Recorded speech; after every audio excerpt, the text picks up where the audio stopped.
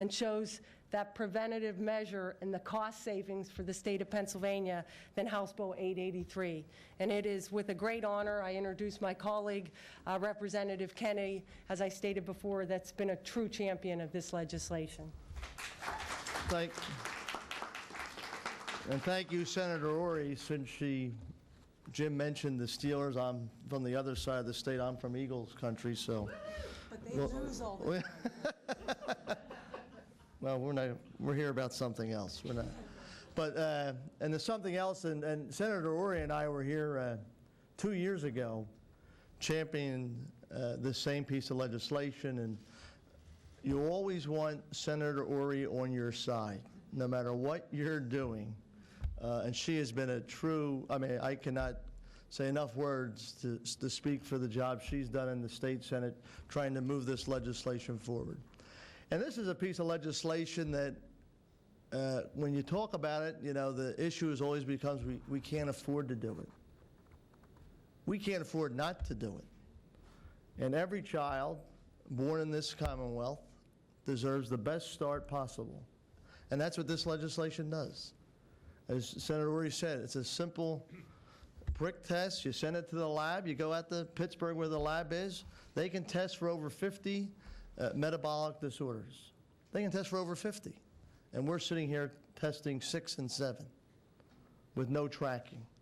And my legislation, which received unanimous support in the House and both out of the Senate Health Committee, will add, not only put the new core treatments under testing, but it will allow the Department of Health to track and to reach out to these families that have the newborns and encourage them and direct them where to get treatment.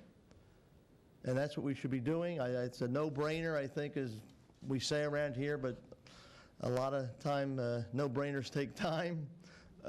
2 years, but now we brought in Jim Kelly to push us over the goal line, Jim, so you got to score one more for us. So thank you, and thank you, Jane, for your support, and thank the March of Dimes for, I think I read about this legislation a couple years ago in a magazine and introduced the bill. Next thing I knew, the March of Dimes was at my doorstep saying this is something we want to get behind, and you've been there every step of the way, so I want to thank everyone, Jim, everyone involved at the March of Dimes throughout the Commonwealth for their hard work.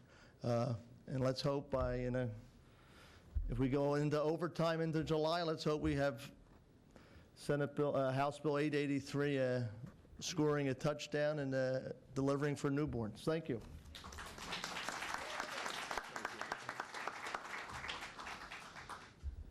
Steelers and the Eagles. Wow, this is a tough one.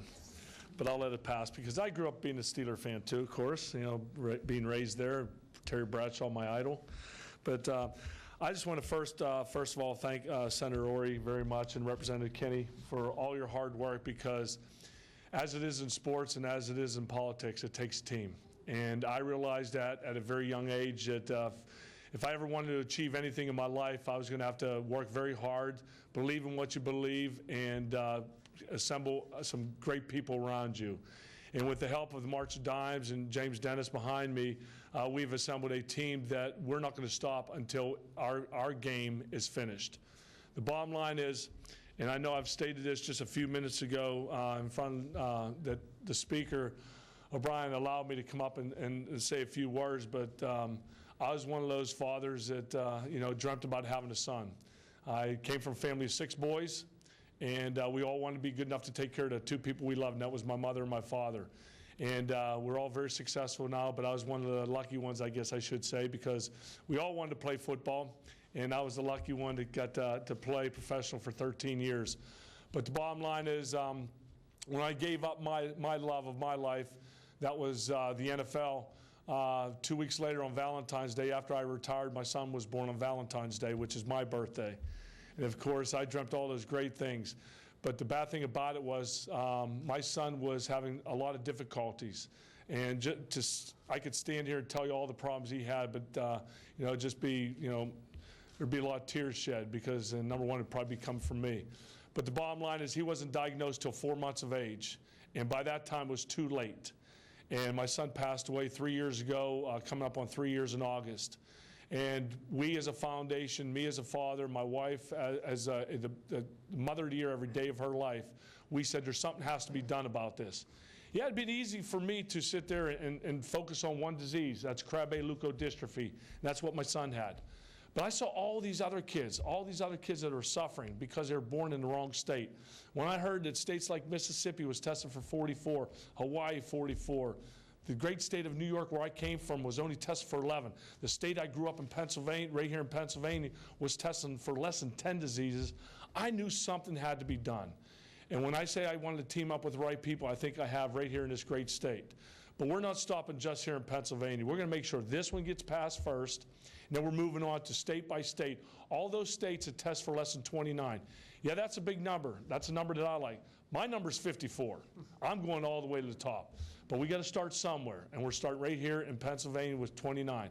We had a press conference in Kansas. They went from 4 to 29, and hopefully that'll be passed by the 1st of July.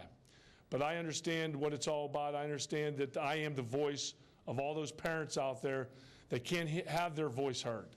You have to know somebody. And I just thank God for the God-given talent that I had to play professional sports. But I'll tell you what, when my son was born, I wasn't very happy. I blamed everybody else. I was mad. But I realized, and my wife told me, Jim, if there's ever time for you to use your name, she says it's now. Let's not hide behind this. That's exactly what we did.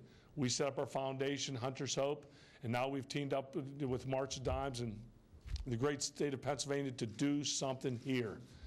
And like I said before, I'm not stopping until it's done. And every person in this room, when you see 2-3 years from now, all the states that are tested for 29 and ultimately to 54, you realize that you heard it from me up here that we are going to save the lives of thousands and thousands and thousands of kids, because there's too many kids going undiagnosed and dying because they were born in the wrong state. We're not going to let that happen, especially right here in my state that I grew up in. So on behalf of Hunter's Hope, my wife Jill, and of course my little buddy upstairs, thank you all very much for giving me this time, and it's an honor to be here. Thank you.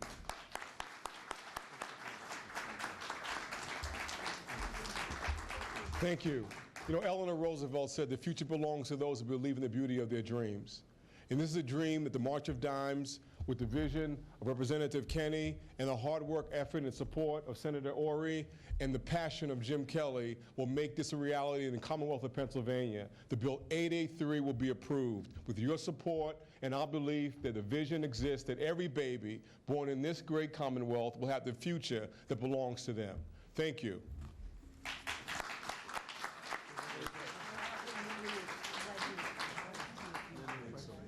Are there any questions to? We certainly want to. I was just wondering, has there been any opposition to this bill, and what is that opposition? What's the basis?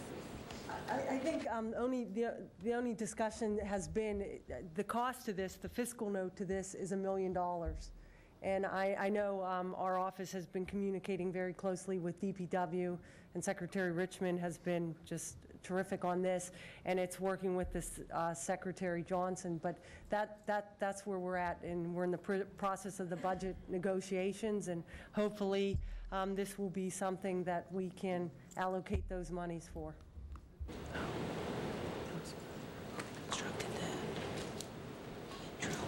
There are no other questions. We thank you and appreciate your attendance.